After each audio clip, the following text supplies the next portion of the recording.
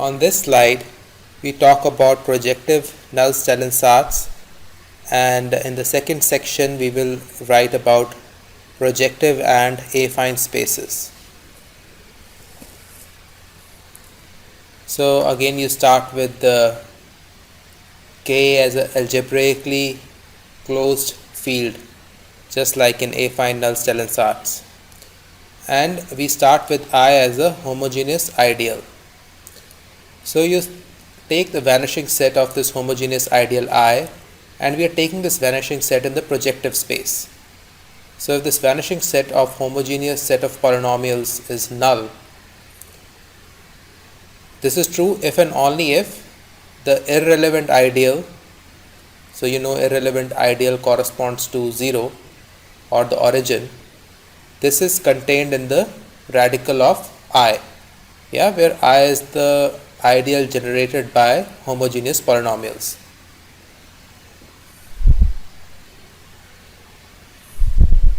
So we call this the irrelevant ideal. So first we show that this is trivially true if I is the entire ring. So if I is the entire ring, then obviously the vanishing set of I is the null set.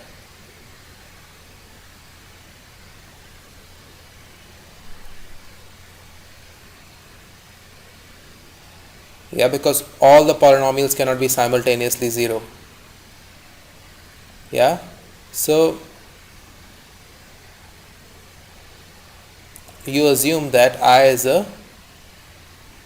strictly contained in S. So I is not equal to S. Now the only trick we have is affine Nullstellensatz. So we have to go from projective space to affine space, and for this we have this important construction of a cone, and this you should always keep in mind. At least I try to keep it in mind while dealing with proofs or even understanding what's going on. So you know, this is what the construction is of a projective space. You take kn plus 1 minus 0 and you end up in projective space by using some equivalence relations where you make lines to points. So you take this vanishing set, or like some set of points in projective space, and you construct a cone out of it. What does cone mean? You get the points which essentially led to vanishing set in the first place. So whatever set of points were in the projective space, you go back to all the affine points which led to those points. Obviously there are more points in kn plus 1 minus 0 because they are not identified with each other, and whatever points you get, you add origin to it. So again, you take a bunch of points in projective space and you see from what points they came in kn plus 1 minus 0. Obviously a single point in projective space came from an entire line, so you have to keep that in mind. So what is it? It is essentially inverse image plus origin, because origin is not in kn plus 1 minus 0. You are taking origin out, so you take inverse image plus origin. Okay, so the trick is we apply affine Nullstellensatz to the cone of the vanishing set.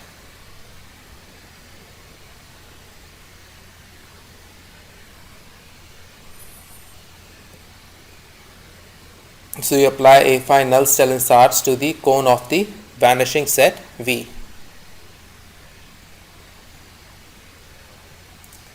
So V is equal to the null set. This would imply the cone of V just contains a single point 0 0 0 0. That is how the vanishing set of the homogeneous ideals will be null set, because 0 0 0 is not even there in the projective space. So it contains origin. So the vanishing set is null set. That means the cone, if you go back to its affine part, you only get 0 0 0 0, because only 0 0 0 0 is such a point which will not get mapped to the projective space. Yeah, so corresponding to 0 0 0 you have the irrelevant ideal.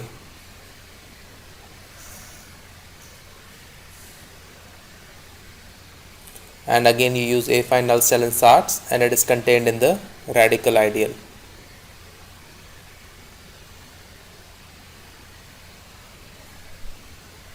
This was 1. 2 is, yeah, the vanishing set of homogeneous ideals. It is not a null set. Then then this relation holds.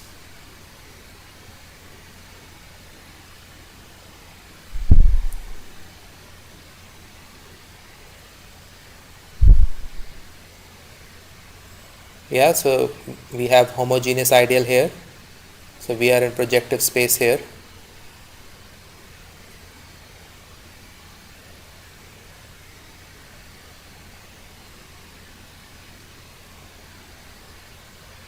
So homogeneous ideal corresponding to the projective space.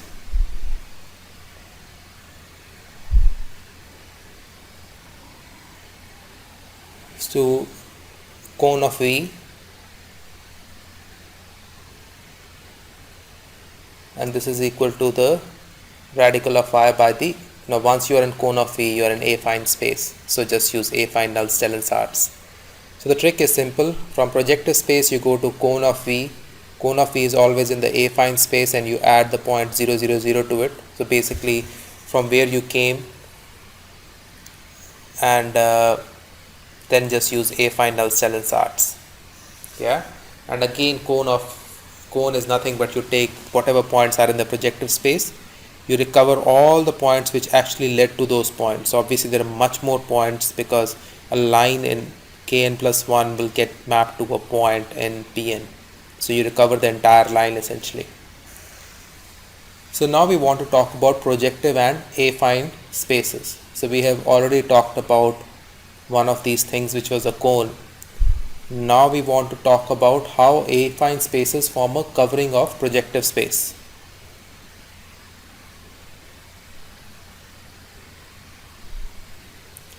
So this projective space has an open covering by affine n spaces.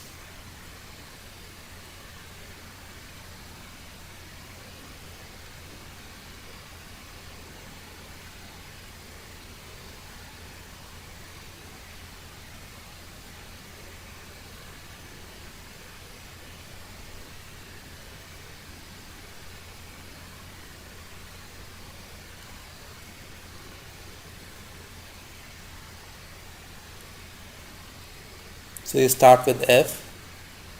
So this is a homogeneous polynomial of degree 1 or a linear polynomial.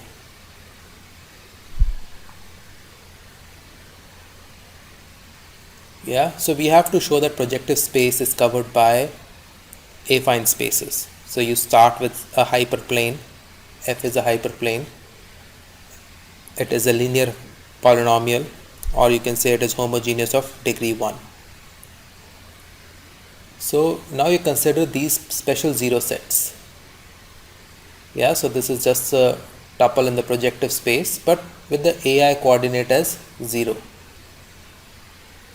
Yeah, so on the ith part you have 0. So you can call it as the zero set of xi equals to 0. Yeah, so the ith part is 0. So all these tuples where the ith part is 0 obviously are the zero set of the equation xi equals to 0. Yeah. So you have n of these hyperplanes. You have actually n plus 1 of these. Yeah. So you have one corresponding to a0 equals to 0, then another one corresponding to a1 equals to 0, then a2 equals to 0. So you have all these hyperplanes. Yeah. There are n plus 1 hyperplanes. So now you consider this open set Pn minus this hyperplane Hi.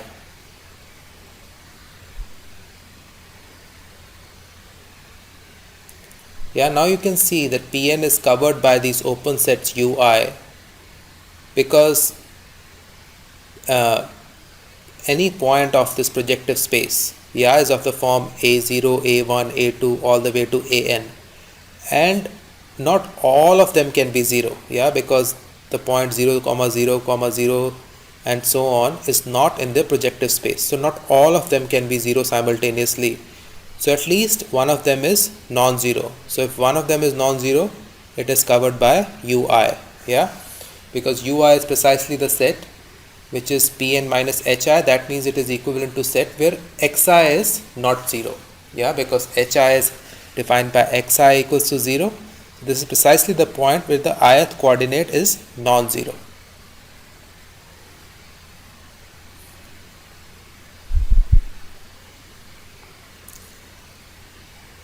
And now we can construct a map.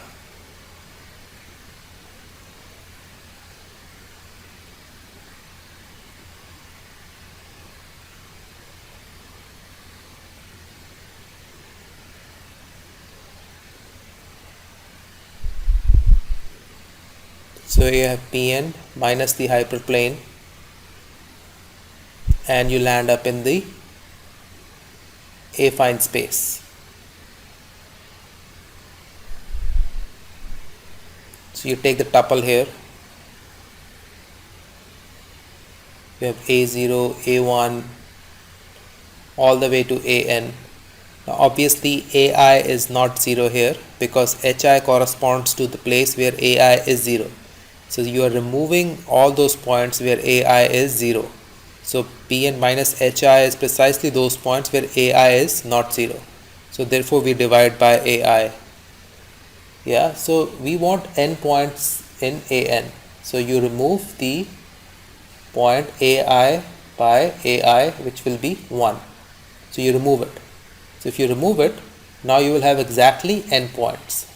Yeah, if you did not remove it, then you will have n plus 1 points. But since you have removed the ith coordinate, now you will have exactly n points here, or the size is n. Yeah, again I'm mentioning ai is not 0. So on this slide we talk about homogenization and dehomogenization. So first we write a homogeneous polynomial of degree 2 and we fix an open set. Yeah, open set corresponding to projective space minus a hyperplane. So hyperplane we will take as x equals to 0. So open set is precisely where x is not equal to 0. So when you project to its affine counterpart, what you do is you just put x equals to 1. That is it. You just need to know wherever x is not 0. So that is the open set you are working on. You put x equals to 1 and you are in the corresponding affine space. So you get a closed set in the affine space of the polynomial 1 minus y plus z square. Now you want to go back to the projective polynomial or the homogeneous polynomial. So what you do is precisely what I have written. You replace each variable in your affine polynomial, which is 1 minus y plus z square, with that y divided by x and z divided by x, and then you multiply with the highest degree. Yeah, you multiply with the highest degree and you get the homogeneous polynomial back. So you basically replace y with y by x, z with z by x. That is it. And you do not touch the constants. So this is the entire procedure which will be used in the proof. We will say that this open set ui, which I just described, and then you land it up in set ai via a map phi I, which we have already described on previous slide. This gives this map is a homeomorphism. Yeah, it is a homeomorphism with induced topology.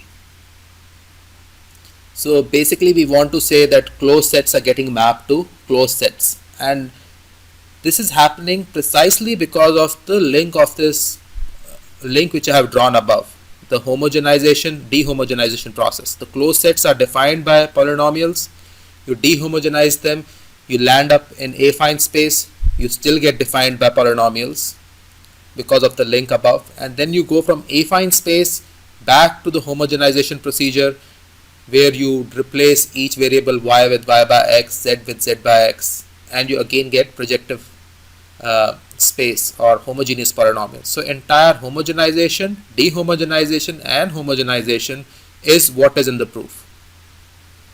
So we will work on phi 0 because everything is same for every phi I, and the open set u0 we will denote by u and phi 0 with phi, and this phi is bijective. This we have shown by construction on the previous slide. What we need to show is that there is a correspondence between closed sets.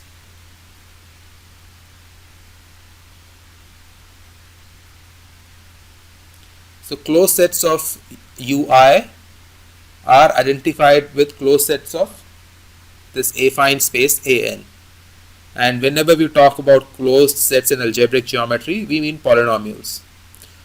And again, we will just do what we have done above in terms of that link of degree 2 polynomial. So you start with a bunch of homogeneous polynomials in the graded ring S, and then you have to have polynomials in this ring k y1 comma y2 all the way to yn. Yeah, so you take a polynomial f, you dehomogenize it by applying map alpha, as I said, because we are working for in space x not equals to 0, because we are only talking about phi 0 here. Yeah, so this map. Yeah, so you just put 1 there. So we are just doing this for phi 0, and the proof is same for all dimensions phi 1, phi 2, phi 3. Yeah. Now you do the homogenization process. You take a polynomial g of degree e, just like we took 1 minus y plus z square of degree 2. Then you multiply it by x naught raised to the power of e, and then you have replaced each of its variable by this. Yeah, just like we replace y with y by x and z with z by x. This map you call as beta, and that is this map here. Yeah.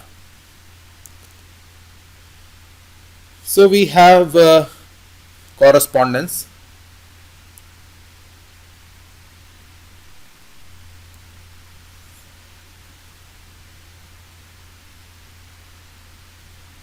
So what you do is, now we go from left to right, closed sets of u to closed sets of an.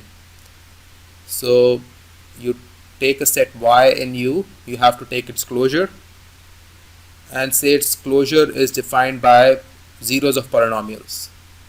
Yeah, so you took a set y, defined its closure, it is defined by zeros of polynomials, say zt. So this is what the space looks like. So this polynomial t are all homogeneous polynomials because we are talking about closed sets of u, which is projective space, and then you apply map alpha to it, dehomogenize it, land up in an.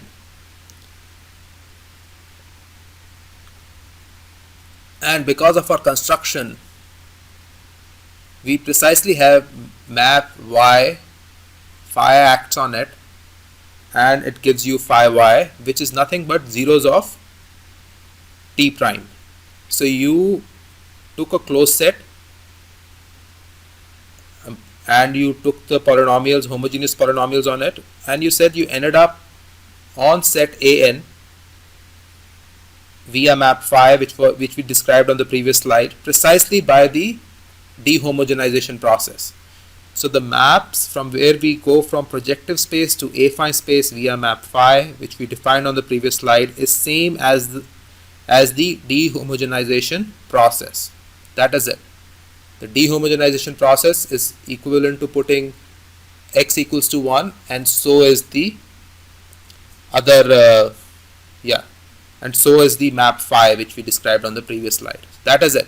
That is why I have marked it in orange color. So the map phi, which links projective and affine space, also links homogenized polynomial to dehomogenized polynomial. Now we go from closed set of an to closed set of u. Now here we will have to use map beta. Obviously, from homogenized polynomial to dehomogenized polynomial, now we have to go from dehomogenized to homogenized, and that is what we will write down. So what you need to do is just take a piece of paper in front of you, write down how map phi looks like, and then write down the homogenization process and convince yourself that they are same. So T prime is a bunch of polynomial in K, y1, y2 all the way to yn.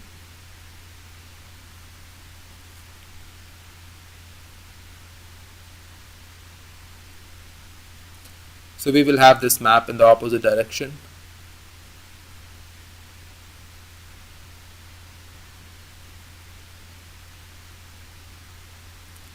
So you're homogenizing the polynomials, and you're homogenizing because we know precisely we are working on set u0, or which we have defined by the first variable not equals to 0. Yeah, so you know precisely what to homogenize, and this map what to homogenize, and this map is called the phi inverse, and following will be the closed set. Yeah, zeros of bt prime intersection u. So this is the closed set. So I will repeat again, the entire game here is to link affine projective space map phi to homogenization and dehomogenization process. That is it. Homogenization, dehomogenization of polynomials versus how to go from projective to affine space. And since we define polynomials as closed maps, it automatically comes about in terms of space. So we have phi as a homeomorphism. So the entire trick in projective geometry is to convert into affine geometry and apply the theorems of affine space.